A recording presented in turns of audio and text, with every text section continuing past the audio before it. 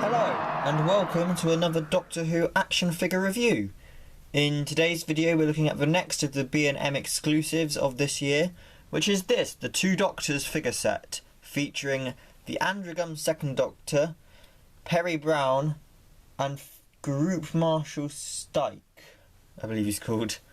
I'm going to begin with the Doctor. So this is the Second Doctor as an Androgum, as seen in the Two Doctors. So articulation is the standard Second Doctor we've seen. So we've got head can move side to side, can't really do a 360.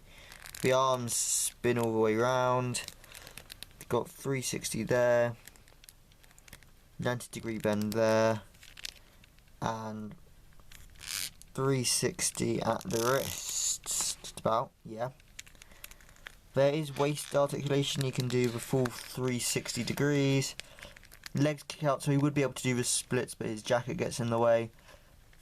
There's 360 bend there. And we've got a 90-degree knee articulation. So articulation, it's your standard Second Doctor.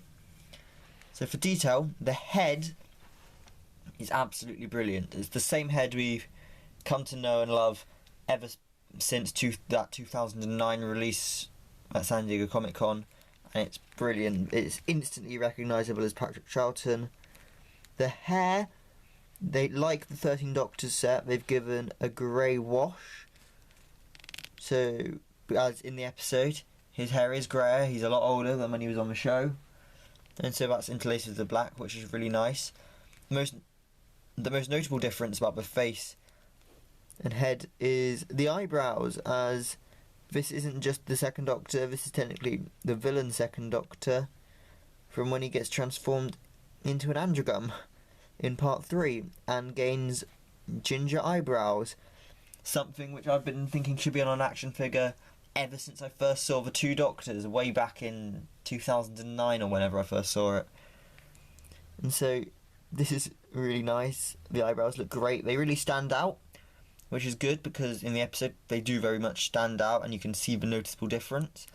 They've not added any of the warts that he gains with it, or the top hat he wears when an Androgum, but I guess that's because that would be too costly, and really they just wanted to reuse the same head, which I'm fine with. It's like the thought that counts. No, it's not the thought that counts, but they've done the orange eyebrows, which I think is honestly enough. That's what you remember. Moving down, the rest of the body is just the same as the 13 Doctors set. So you've got the light shirt, the bow tie, the really nice coat, black coat with all the creasing and stuff. You've got the hanky sticking out the pocket. The trousers, we've got a really nice checked pattern of the black and sort of brown colour with the white stripes. And we have got the brown shoes. So overall, a really nice figure. And I mean, out of the variants they can do for the Second Doctor, this is probably the last one we're going to get, as I can't really think what else they could do unless there was a lot more tooling, such as adding a hat or etc.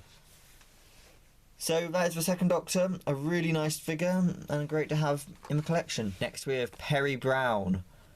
So articulation is exactly the same as the Second Doctor, except that there is no 360 on the leg. So detail, head is instantly recognisable as Nicola Bryant. It's really nice, and it is the same head as they've used before. The hair is really nice. They've painted on the band she wears around her head rather than sculpt it on, which is fine. The shirt is really nice. I was never the biggest fan of the costume, but I think it is nice. And they've got the mix of gold and pink.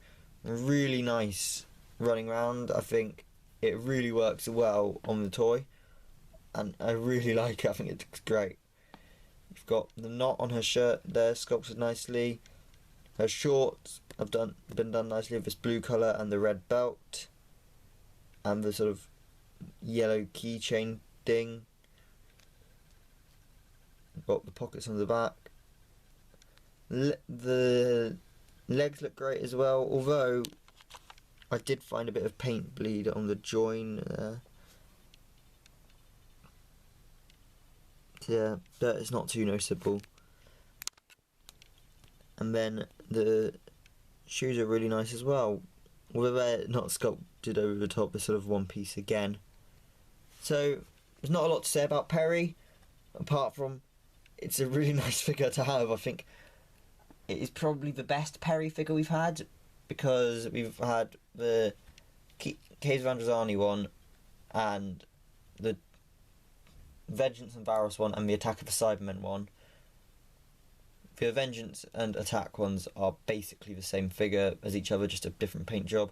So this is a really nice new variant of Peri, particularly if you were unable to pick up any of the other ones, because they're all very hard to get, as they're all from old Forbidden Planet exclusives. So another very nice figure for the set. And finally, Group Marshall Styke, the Zontaran.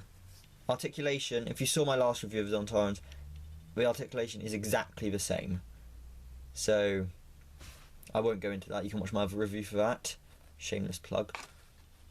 So for detail, I'll begin with the helmet actually, because there's not a lot to say.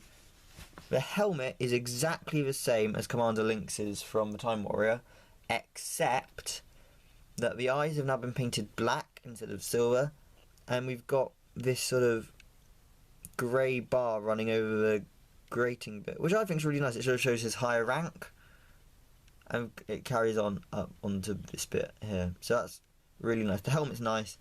I mean, it can clip onto Lynx. I had yesterday. I had them on the wrong way around. So onto Styke himself. His head is a new sculpt, which is amazing, and it looks absolutely brilliant. We've got the brown skin followed by the sort of yellowish facial hair with the eyebrows and the beard. The face looks brilliant with the eyes looking very menacing. Good nose, and the mouth is great. The ears are sort of sticking up at the top. The collar, I think, is slightly smaller than the other ones, but I could be mistaken, but I think it's slightly smaller than Lynx's. Moving down, we've got, instead of the armour on the arms, you've sort of got these brown strips, which is interesting. I can't quite remember how it is in the episode, but if you don't particularly care about accuracy to the episode and just care about army building, that's really nice.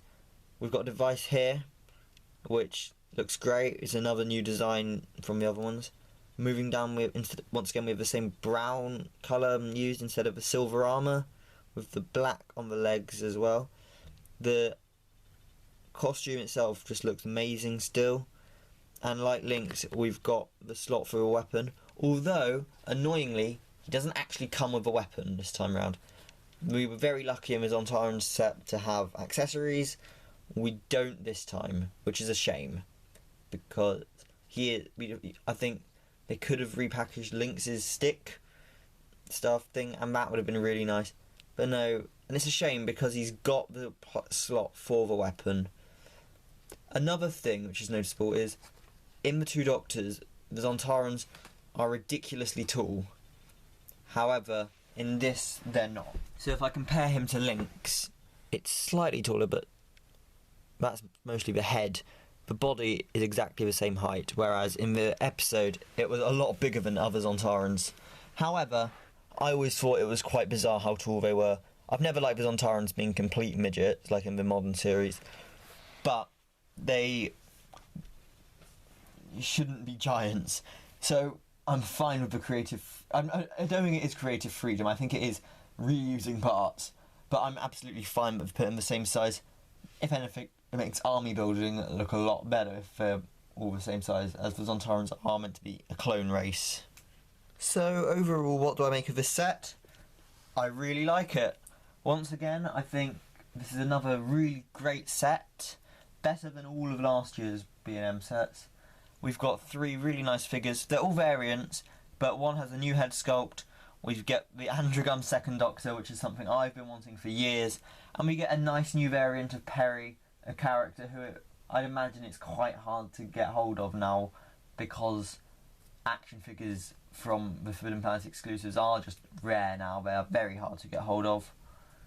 So for the £20 this set is priced at, absolutely go and try and get it. I think it's really nice, and this with the Zontaran set can really build up the Zontaran, the classic Zontaran army really nicely. Join me next time for another B&M set review. I don't know which one yet because I've not managed to buy any of the others yet, but I'm going to go and try and track them down maybe today or tomorrow, so maybe you'll get one. Maybe you'll get a review tomorrow, but I can't promise yet. But there will be more. I will get the others. So stay tuned for another Doctor Who action figure review. See you next time.